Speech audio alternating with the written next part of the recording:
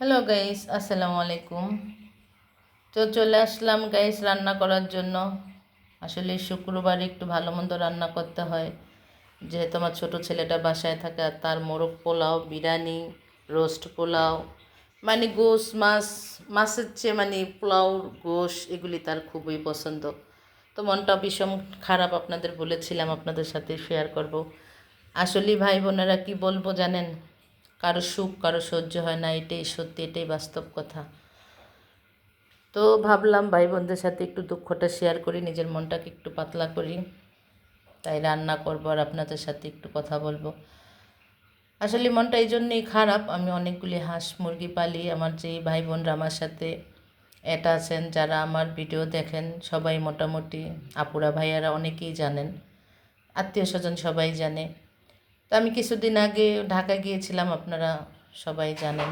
আমি সবাইকে বলে গিয়েছি এবং কি ভিডিওতে আমি কথাগুলি বলেছি।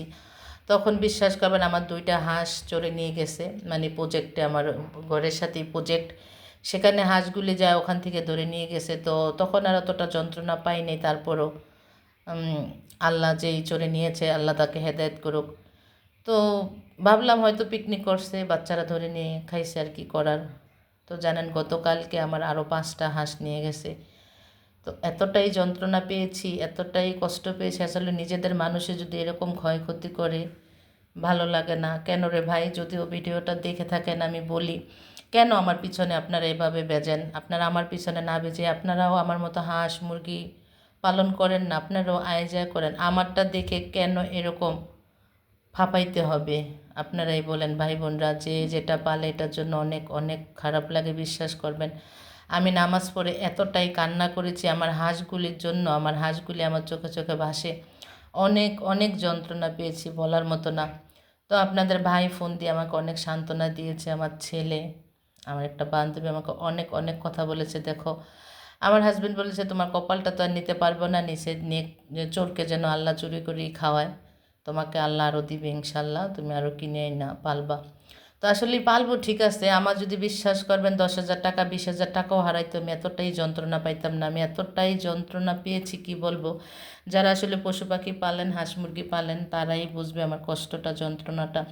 কিন্তু মনটা এতটাই খারাপ ছিল, আমি আসলেই খাবারও খাই নেই, রাতেও খাবার তেভাবেও খাই না। তারপরও প্রতিদিন সন্ধ্যা যাই একটু চা নাস্তা খাই, সেটাও খাই নেই। বিশ্বাস করবেন, মাগরিবে নামাজ পড়ে শুয়ে অনেক অনেক কান্না করলাম, যে আল্লাহ যে চোরে নিয়েছে, আল্লাহ তুমি তাকে হেদায়েত দান করো, সে যেন হেদায়েত হয়, আল্লাহ যেন তাকে চোরের পথ থেকে ফিরায়।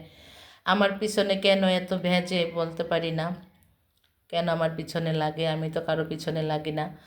আমার ভাল লাগে হাঁস মুরগি পালতে, আমি এক একটা করি। আমার নিজেদের মানুষরা এতটাই হিংসা করে গাইজ, জানে না ভাই বোনেরা, আমার পিছনে এমনভাবে যে আমি কিছু করতে নিলে সেটার ভিতরেই মানে তারা একটা ক্ষতি করার চেষ্টাই করে, সব সময় ক্ষতি করেই যাচ্ছে, একের পর এক ক্ষতি করে যাচ্ছে।